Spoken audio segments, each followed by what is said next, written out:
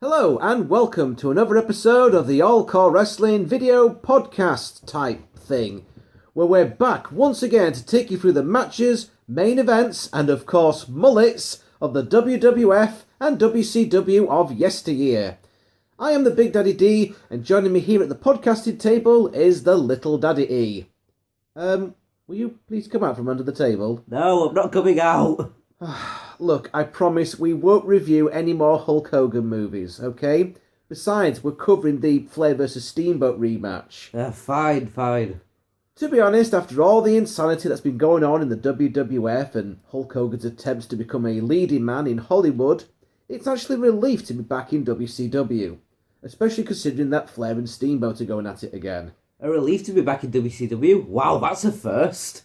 But before we cover Wrestle War, let's just take a quick skim over Clash of the Champions 6, as a lot happens here that leads up to the pay-per-view.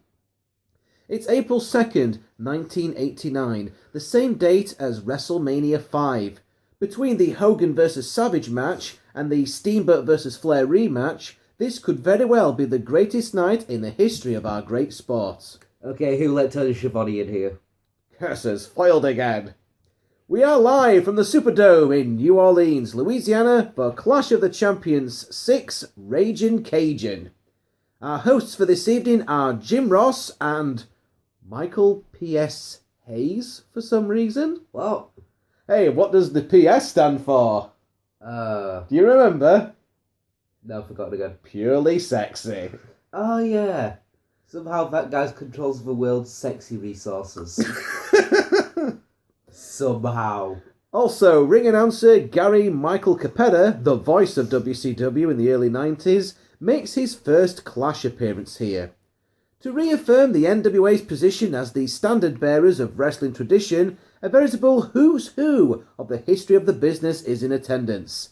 We see clips of Lou Thesz, Terry Funk, Pat O'Connor, Buddy Rogers, Dory Funk Jr., Harley Race, and many others, arriving and mingling at a special dinner on the previous evening. Jim Herd of TBS reads a speech directly to the camera, pledging to honour and respect their legendary accomplishments, as World Championship Wrestling attempts to earn their accolades from the fans.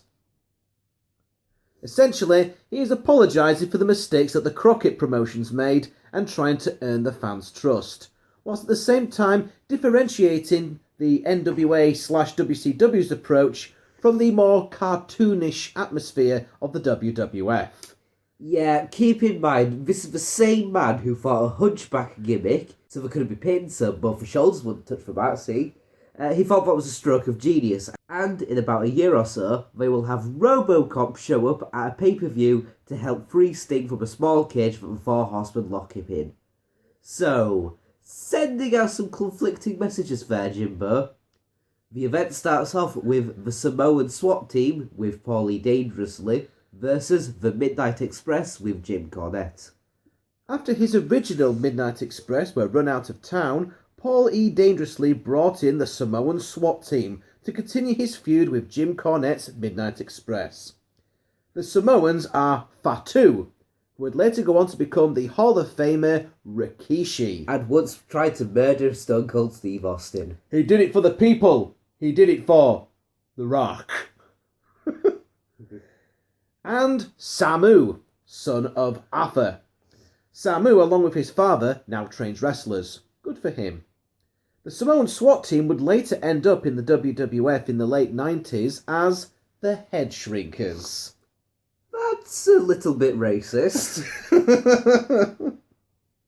Would you say that was slightly politically incorrect? Ever so slightly. So, Sweet Stan and Beautiful Bobby used their speed and teamwork to dominate the Samoans from the beginning.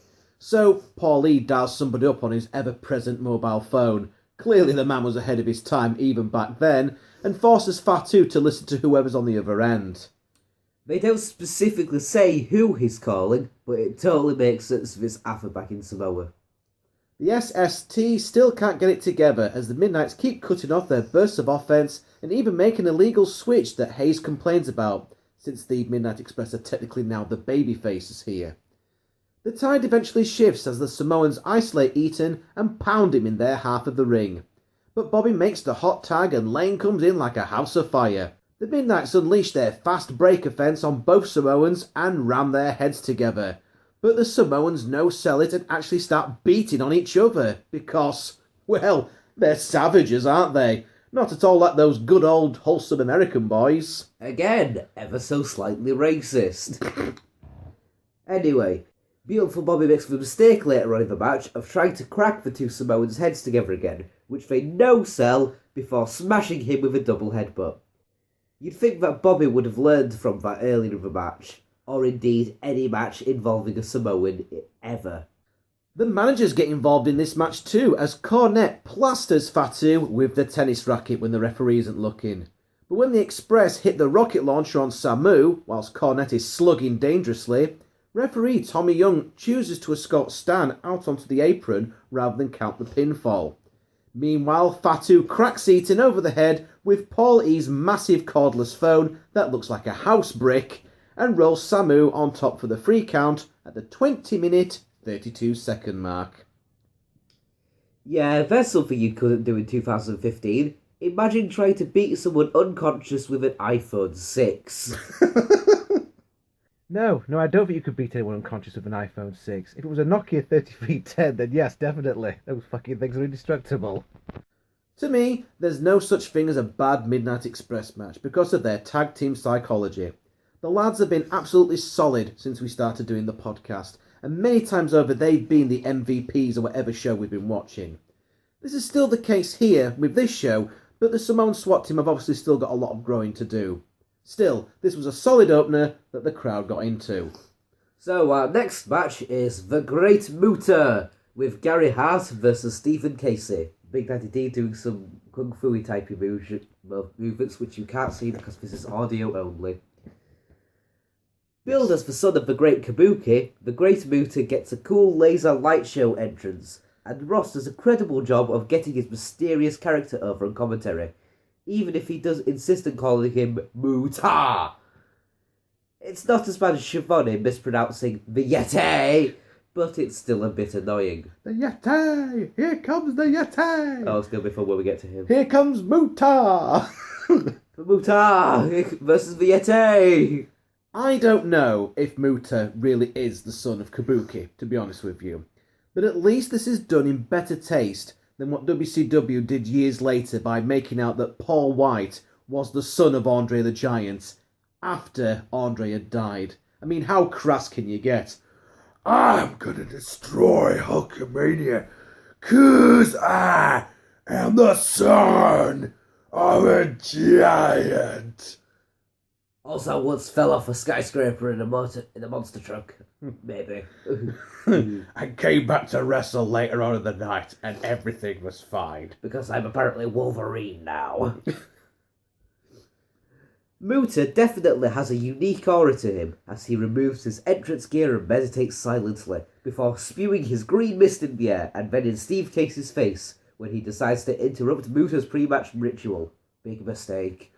The Pearl of the Orient takes advantage of Steven's stupidity, hitting a sick missile dropkick off the top turnbuckle before sticking his own fingers in his mouth to get some more of the green mist on them, and then clawing at Casey's eyes with his green fingers. Now there's some ring psychology for you there. Throughout Muta's run as the mist-blowing heel, there were various different mist types and colours, and we're going to describe them all here.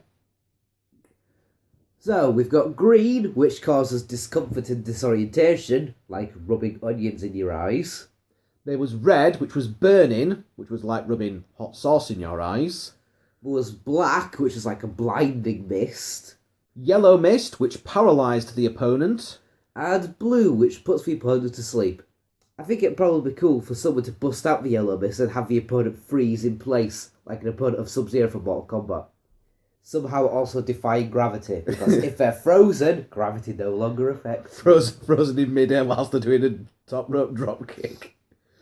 Muta tortures Casey's knee and works a variety of mist-enhanced nerve holds in the shoulder region, repeatedly dipping his fingers in his mouth before applying each hold. You get the impression that Muta is just toying with Casey here. Casey rallies back, but Muta dumps him to the floor and follows with a beautiful slingshot plancher. On the outside, Muta whips Casey into the guardrail and follows with another back handspring elbow, actually into the guardrail. Crazy. Ross sells the fact that Muta has very little disregard for his own body, never mind his opponent's. So, Casey's now thrown back in, and Muta connects with a backbreaker to set up his finisher. He climbs to the top and hits an amazing moonsault onto Casey for the pin at the 8-minute 11 mark. Great performance by Muta in this extended squash match. It really got the character over to a larger TV audience. The crowd is genuinely in shock from the moonsault because this move straight up was not seen in the United States until Muta brought it in. I love watching the Great Muta from this period. Everything he did was so crisp and smooth, and it's still great to look back on his matches. I'm looking forward to seeing more Great Muta matches as we continue our run through the history of WCW.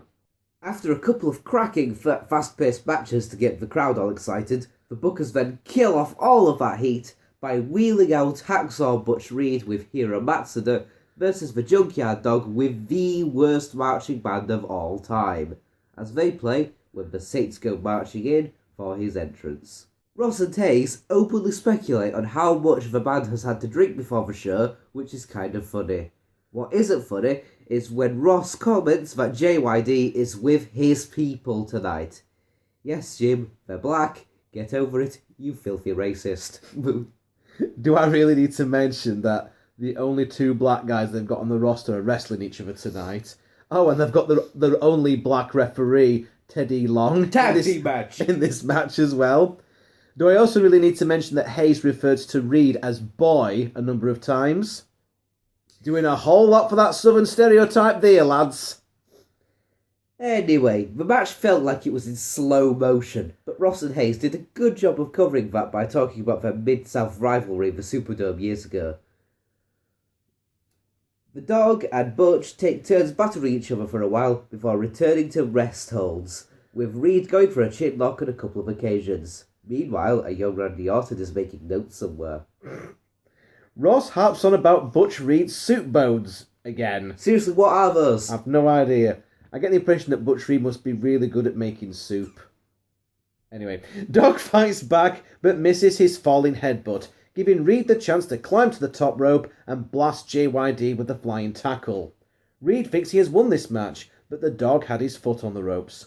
Masuda climbs up onto the apron to argue with the referee, so JYD whips Reed into Masuda and then pins him at the 9-minute 56-second mark. Why in the hell are they putting Junkyard Dog over when they're trying to prove that the NWA/WCW is an alternative to the WWF? Well, it is different from the WWF. At least Vince had the good sense to job out JYD at the end of his run. Missing from the WWE Network version of this show are a couple of matches. First of all, you have the match between the Varsity Club, Mike Rotundo and Steve Williams, and the Road Warriors. Now, this is the infamous match where Teddy Long shows some favouritism to the Varsity Club and he does a fast free count. This results in Teddy Long getting fired as a referee, and then he ends up becoming like a heel manager. Now, for some reason, that is actually cut out of the WWE Network version of this show, which is bizarre. Also missing from the WWE Network version of this show is the special Old Timers match with Bob Orton, with Gary Hart, versus Captain Redneck, Dick Murdoch. So I guess that this match and the Butch Reed versus Junkyard Dog match are supposed to attract the real old school fans at the time, because I can't really imagine a new fan having any interest whatsoever in Bob Orton versus Dick Murdoch in 1989. Rest assured, folks, although you are missing something with the Varsity Club versus the Road Warriors, you're definitely not missing anything from this match. This is a match that had no business being present on a card that was in direct competition against WrestleMania 5. That's for damn sure. Next up, it's the NWA United States Tag Team Championship, the Varsity Club, versus the First Family with Missy Hyatt. The Varsity Club in this match is made up of Kevin Sullivan, who looks more and more like Bill Bailey every time I see him, and the returning dangerous Danny Spivey, following a disappointing run in the WWF. The first family, meanwhile, are a reunited hot stuff Eddie Gilbert along with Rick Steiner, who had been feuding with the club for a few months now. Gilbert had originally managed and teamed with Rick Steiner when the two of them were heels in Bill Watts' UWF, and they've reunited as babyfaces here in WCW and won the United States Tag Team title from the Varsity Club in February. Luckily, this team doesn't last too long, and Rick will soon be tagging with his brother Scott before the end of the year. Right out of the gate, Sullivan and Spivey rush the first family and knock Steiner out of the ring. Spivey spikes Gilbert with a bossman slam for an early 2 count and manhandles Hot Stuff before tagging in Sullivan, who tosses him over the top rope. Dangerous Dan rams Eddie's back against the ring post, and the Varsity Club continue to ragdoll him in the ring until Gilbert counters the Tree of Woe by unhooking himself and moving out of the way of a charging Sullivan. Steiner gets the hot tag and then loads on Spivey, earning a near fall with a power slam. Belly to belly gets 2 as Sullivan makes the save, and then Steiner clotheslines Spivey over the top rope and tumbles out with him.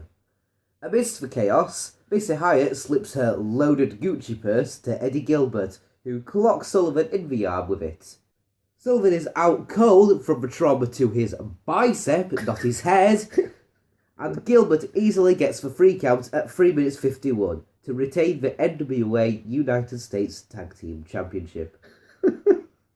Afterwards, Spivey powerbombs Gilbert and Sullivan punches him repeatedly in the face with his taped fists until Steiner, swinging a chair around, rescues his partner. A quick match, but it was all action. Eddie Gilbert learnt a lot from his idol Jerry Lawler and sold like a champ, while Spivey had finally found his niche as a monster heel after spending time in Japan. Due to time constraints, matches featuring 2 of the NWA's hottest young stars, the United States Champion Lex Luger and World Television Champion Sting, will be held after the main event and aired on WCW Saturday night. Well, at least we got matches featuring Bob Orton, Junkyard Dog and Captain Redneck. Wow, good way to look completely Bush League there, WCW. Speaking of Bush League, what's with the flimsy looking wooden steps they've got leading up to the ring for this show? The match that everyone came to see is next. It's a 2 out of 3 falls for the NWA World Heavyweight Championship, with reigning champion Ricky the Dragon Steamboat versus the Nature Boy Ric Flair. Flair comes out with numerous ladies, while Steamboat comes out with his wife Bonnie and son Little Ricky, who's wearing the cutest little dragon costume. Terry Funk replaces Michael Hayes as the special guest colour commentator for this match to help lend the NWA title some added credibility and prestige. First 10 minutes is all Steamboat as he punishes Flair's head and neck and scores several near falls. Ross and Funk stress that this is the most important match in wrestling history, while Flair takes a timeout at ringside and comes back in with chops. Steamboat resumes his dominance, but he goes for a splash off the ropes and Flair gets his knees up. The Nature Boy puts the world champion's shoulders down for a series of 2 counts and goes for the figure 4, but Steamboat counters with an inside cradle. However, Flair reverses it to win the first fall in 19 minutes 33 seconds. Following a commercial break, the Dragon comes back with a flying chop off the top for a 2 count and works over Flair's leg after Rick misses a knee drop. Steamboat locks in Flair's own move, the figure 4, and when Flair tries to make it to the ropes, he follows that with a Boston Crab.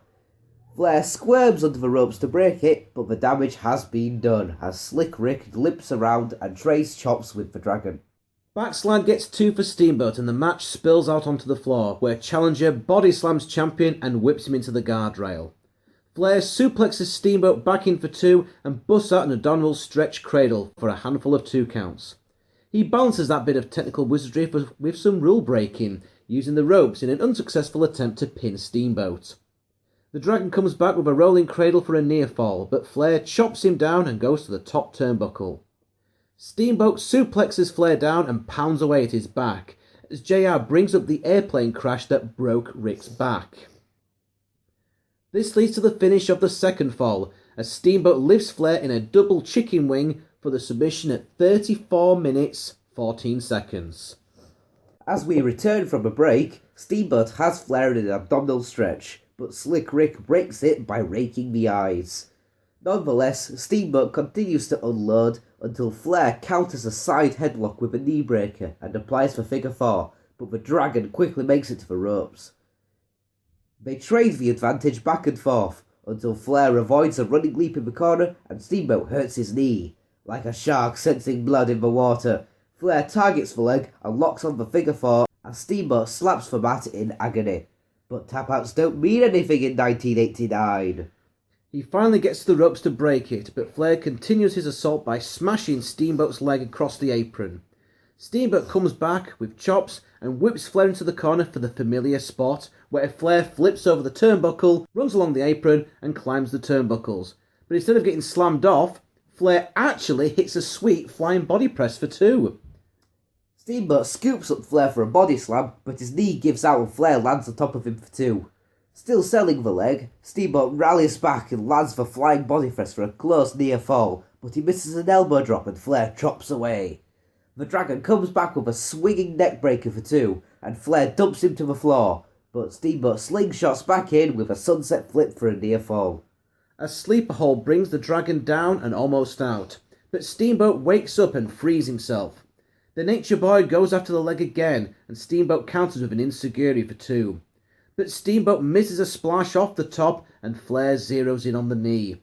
The crowd is hot and the 2 gladiators are covered in sweat as they exchange chops and trade the advantage in the final minutes. Steamboat slams Flair off the top turnbuckle and hoists him up in the double chicken wing again, but his knee buckles and both men land with their shoulders on the mat.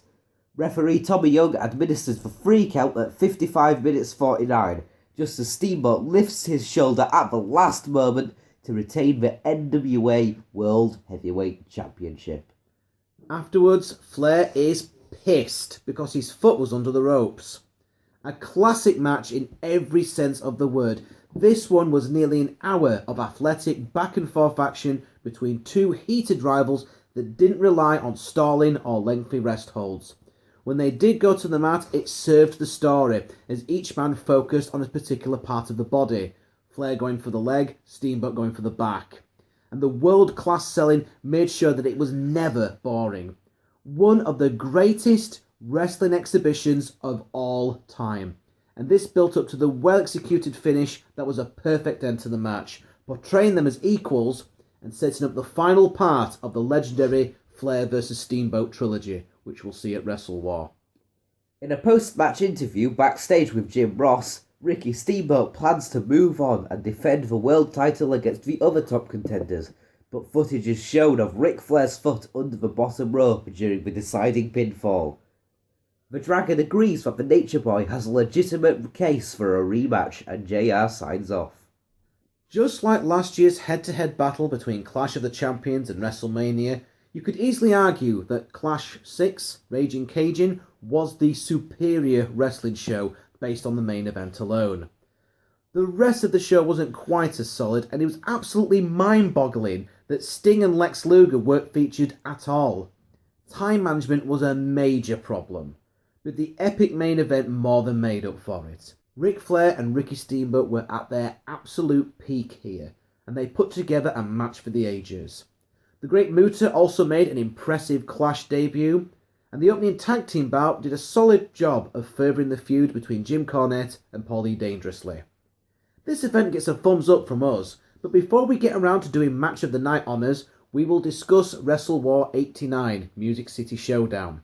But first, let's take a halftime break, and seeing as this is a WCW pay-per-view that we're covering, and in honour of the Nitro girls that used to entertain the live crowds during the 90s in WCW, we have our very own lovely All-CAW wrestling girls. Take it away, ladies. I think about pure sex, deep sex, hard sex, rough sex, girl.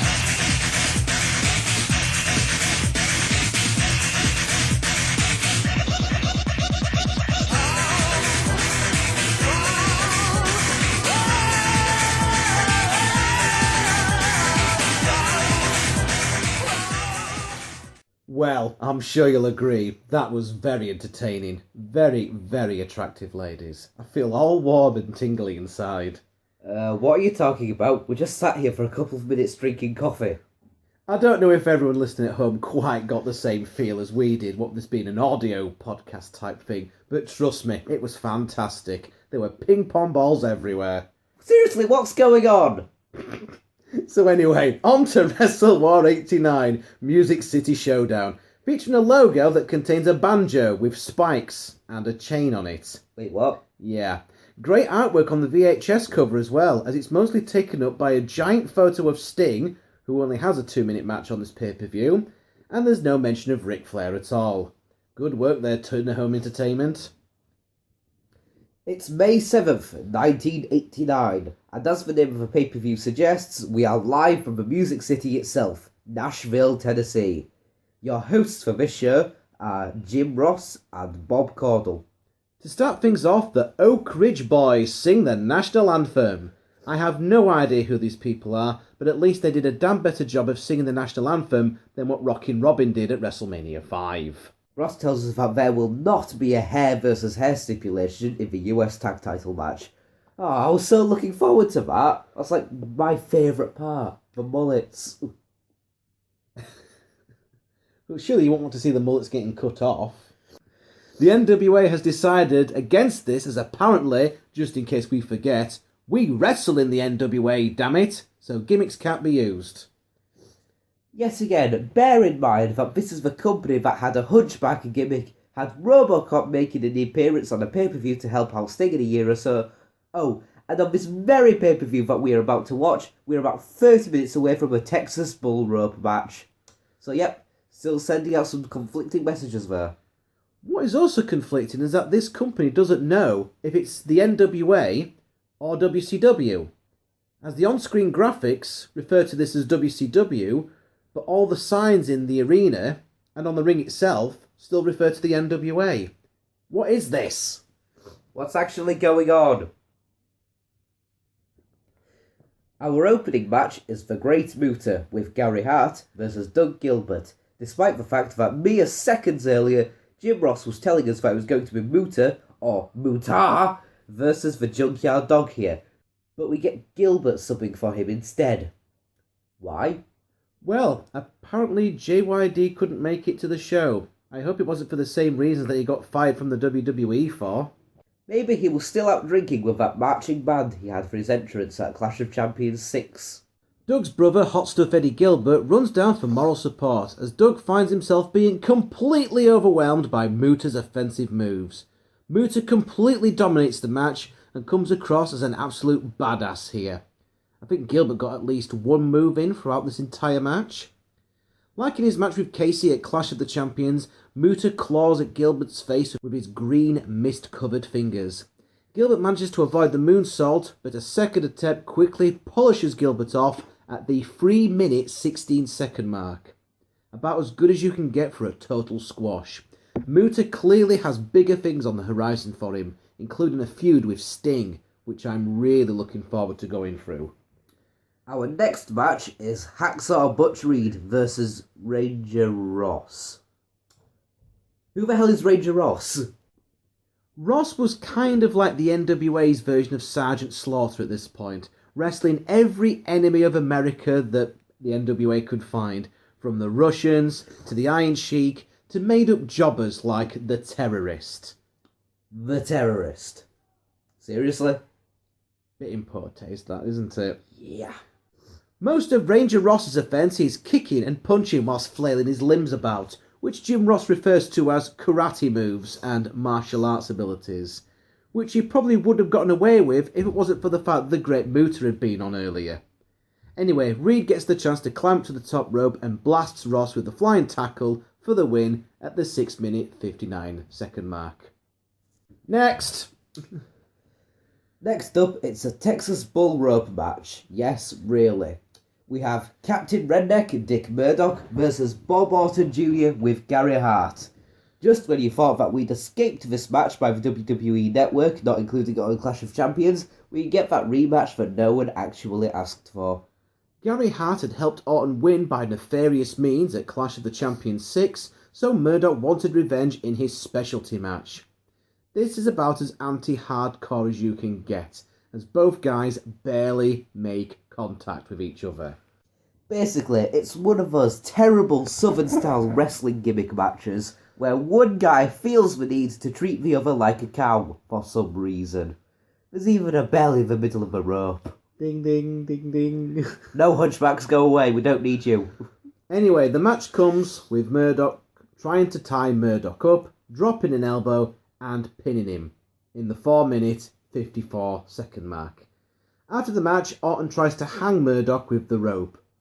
These two were way over the hill. I don't think Orton did anything of note until he came back to the WWE in 2005 to be involved with his son Randy's feud against The Undertaker.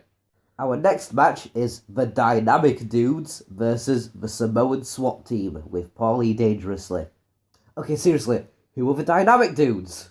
The dudes are Johnny Ace, aka John Laurinaitis, aka John Laryngitis, who would later go on to be the WWE's head of talent relations, Raw general manager, and the guy who is currently shagging the Bella Twins' mum. Okay, what? Yes, really. His tag team partner is future ECW champion and general mouthpiece Shane Douglas. The dudes come out to the ring with matching blonde mullets and skateboards. Dear God. But yeah, what splendid mullets they have. I'm a little worried about the skateboards though. They come down to the ring carrying the skateboards. So they don't actually ride on them. Nope. Do they know how? Nope. Oh. It's like when Van Hammer would come out to the ring with a guitar. He never actually played the guitar. If you're coming out to the ring and you've got a gimmick sort of prop, you need to be actually able to use it. Yeah. Anyway, Fatu no-sells a lot early on and power slams Johnny. Johnny plays face in peril and gets caught in the Boston Crab. Jim and Bob remind us what a wholesome, all-American pair of kids that the dudes are every 2 minutes or so. Paulie gets to the mic and tells Ace he's as useless as a woman from Nashville. Can you believe he'd be working for him 15 years later? Ace powers out of the crab and monkey flips Samu. Shane gets the hot tag and cleans house. Fatu hits him with a big superfly splash, but Ace does the save. Samu picks Shane up for a slam, but Ace missile drop kicks them over for the win at the 5-minute 32-second mark. Ace and Douglas get a bad rap for the gimmick, but they were decent wrestlers. Both guys would go on to do much bigger and better things, mind you, but they weren't any worse than any other two blonde dudes with a silly gimmick. I'm not sure what the booking is trying to achieve here though. Why have the Samoans beat a well-established team like the Midnight Express at Clash of Champions, only to then lose to a brand new team like the Dudes at the pay-per-view? That doesn't really make any sense, does it? Our next match is the first title match of the evening. Lex Luger defends the United States Championship against Michael P.S. Hayes with Hiro Masuda. Purely sexy. It's weird that Hayes will be commentating on one show and then wrestling on the other. I wonder if Jerry Lawler noticed this. Anyway, Hayes was Luger's partner in a tag team for no apparent reason, and Hayes turned heel on Luger during a match against Barry and Kendall Windham and hit him with brass knucks to set this feud up. You'd have thought that after this and his previous partnership with Windham going sour, that Luger would just want to stay away from being in tag teams, really. Hayes stalls a lot early, but Luger catches up with him, slaps him around, and backdrops him. Hayes goes for the DDT, but Luger just stands up out of it. He's like, nah, you're not doing that, mate. Luger goes to work on the arm with a long wrist lock. He picks things up, choke lifting Hayes to the corner and pummeling him. He misses a big swing though and topples to the floor. Hayes takes over. Lots of chin locks follow, but Hayes works the crowd by being an arrogant bastard, which he does a good job of. Yep. Hayes goes for a bulldog, but Luger literally tosses him across the ring. Luger pummels him again and hits a clothesline for two. Luger goes for a press slam and considers tossing Hayes to the floor, but that'll be a DQ because this is the NWA, real wrestling. Instead, he slams him down and goes for the torture rack. Hayes slips out and hits the DDT, but can't cover. They collide, knocking the ref down in the process. Terry Gordy runs down and shoves Hayes on top of Luger for the win at the 16-minute 6-second mark. The future Doc Hendricks defeats the total package for the United States title in one of the biggest upsets ever. Luger would regain the title about 2 weeks later by squashing Hayes in a rematch, so Hayes' victory didn't really mean anything here. It wasn't anything sort of long-term planned. But Gory's interference would lead to a new formation of the Fabulous Freebirds here in WCW, and it would lead on to Luger becoming bitter and taking his frustrations out on Ricky Steamboat to signal his heel turn not long after this. Next up, NWA TV title, Sting versus the Iron Sheik. Sting had defeated Mike Rotunda to win the NWA TV title on the April 1st edition of the World Championship Wrestling television show. But when it came to the pay-per-view, they really didn't have anything better for Sting to do, so they just had him bury the WWF by beating their former champion with the Stinger Splash and Scorpion Deathlock in 2 minutes. You could save up a Stinger, made the Sheik humble. Yes. Luckily, Sting has better matches against the likes of Muta and Flair to come later on in the year, because the NWA/WCW really didn't know what to do with Sting at this point, even though he was popular with the fans, and Jim Ross would gush into a mangasm every time he called one of his matches.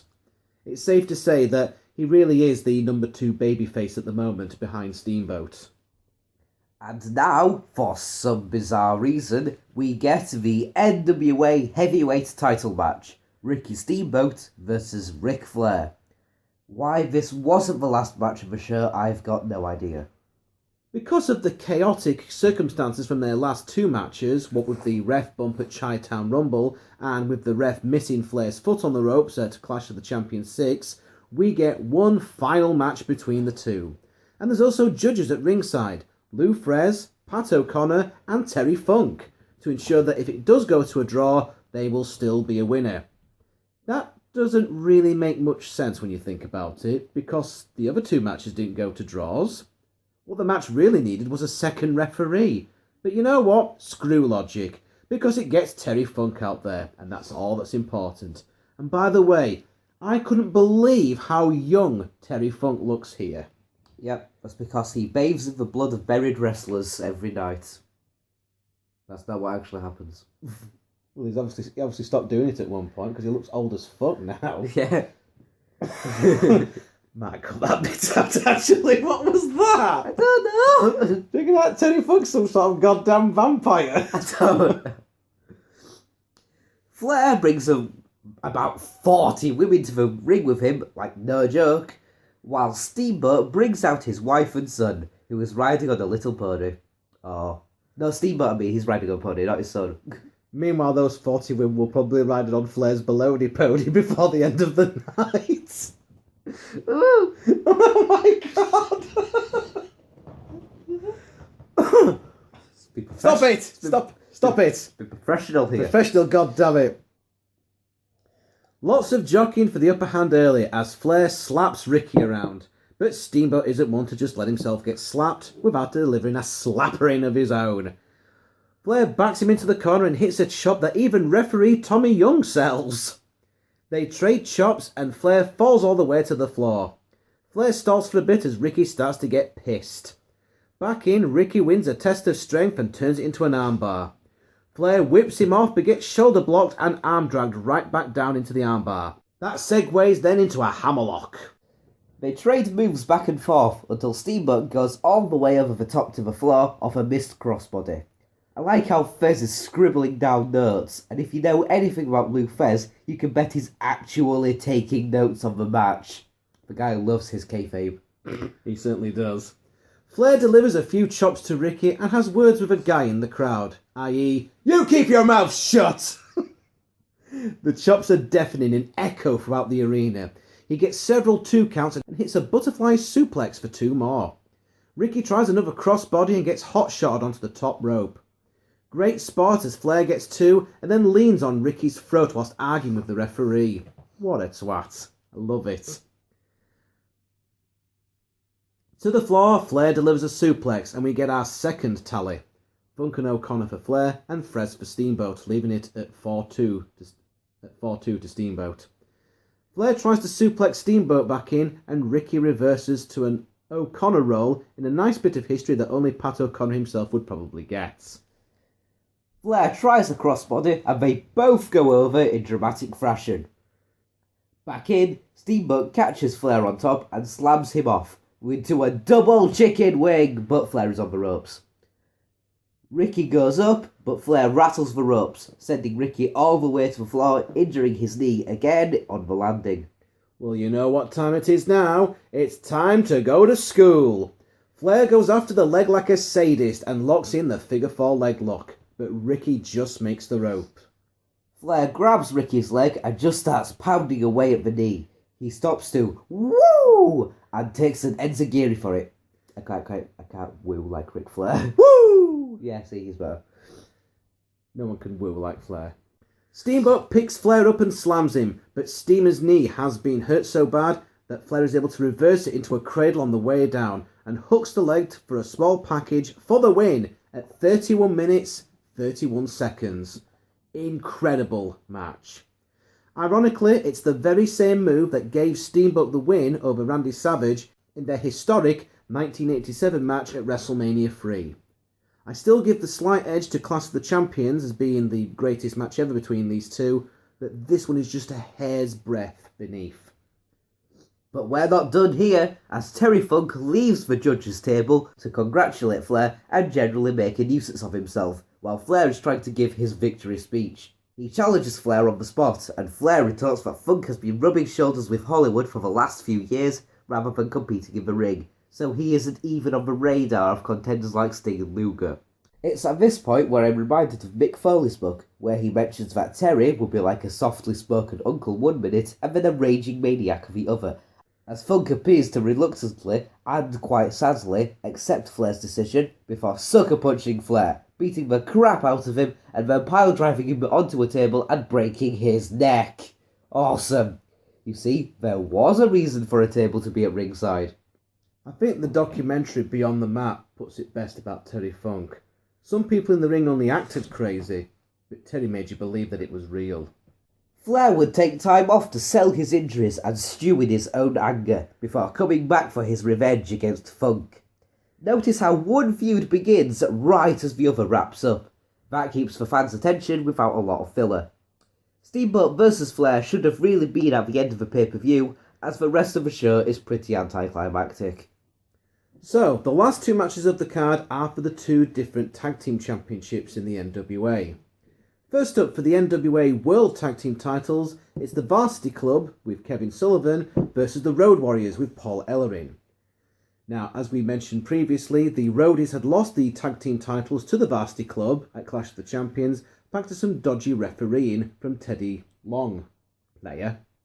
So for this match, Nikita Koloff has been assigned to be the special referee, and he soon asserts his authority by immediately banning Kevin Sullivan from ringside. I get it. Rotundo comes off the top rope but gets power slammed by Animal. Williams misses an elbow and rolls outside to take a breather, but Hawk comes off the apron with a clothesline.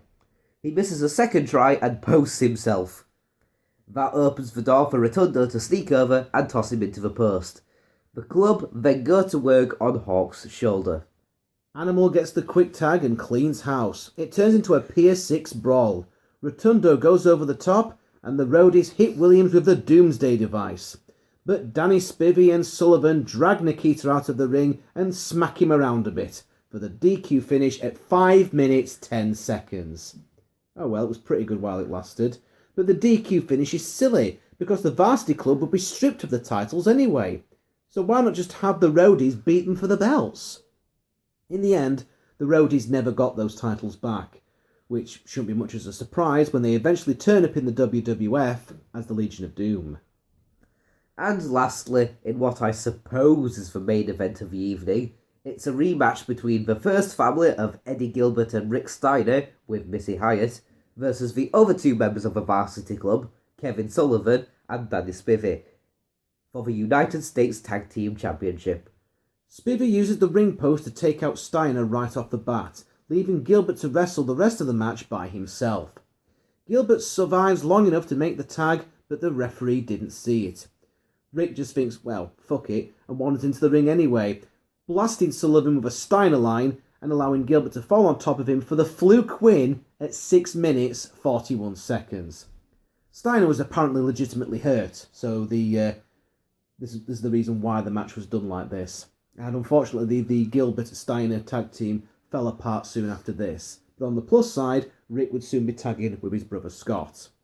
The US tag titles would be stripped later on in the month, presumably due to Steiner's injury, and the belts did not resurface again until 1990, when the NWA dragged them out and blew the mothballs off them in order to try and get Brian Pillman and Tom Zink over.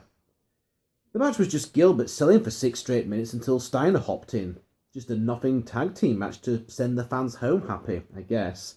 I still say that Flair vs Steamboat should have gone on last, even with the Terry Funk beatdown afterwards. In conclusion, both of these shows were the epitome of a one-match show, as both undercards were nothing much to speak about. But the Flair vs Steamboat matches on both cards are all-time classics. Many say the best matches in the history of wrestling. Not only that, but it would kick off what would turn out to be a fantastic summer for the NWA/WCW. Their next pay-per-view would be the Great American Bash 89, which rocked the world and was, by contrast, one of the best shows ever, featuring the blow-off match between Flair and Funk, the match between Sting and Muta, and also the pay-per-view appearance of a number of new guys, including Scott Hall and Scott Steiner. The NWA/WCW also started to build towards putting the world title on either Luger or Sting, but in doing so, they also tried to get rid of Flair altogether. But as we've discussed previously on the podcast, Flair doesn't go away easily. Anyway, the Flair-Steamboat rivalry is an absolute must-match on both shows, and for that, both shows get a thumbs up. So, in conclusion, you can find us on Facebook at facebook.com/The Big Daddy D Reviews. We are on Twitter at The Big Daddy D1. And be sure to subscribe to our YouTube channel at youtube.com/All-CAW Wrestling 1, as well as my second channel, youtube.com/The Big Daddy D Reviews 1. Please take the time to like and share this video, as well as dropping us a few comments. All that good stuff. So join us next time when we stay in WCW for a little longer to check out the Great American Bash 1989, where it's Flair versus Funk. Yes, and after that we'll be returning to the WWF for SummerSlam 89, which features the rematch between the Ultimate Warrior and Ravishing Rick Rude for the IC title, the WWF pay-per-view debut appearance of Dusty Rhodes, and a tag team main event consisting of Hulk Hogan and Brutus the Barber Beefcake against Macho Man Randy Savage and Zeus. Ah! Not again! Until then, this is the Big Daddy D and the Little Daddy E, I guess. And we're signing off on another episode of the All-CAW Wrestling video podcast type thing. Bye! Oh god, it's so horrible. Come back! I don't want to watch forever again. Come back!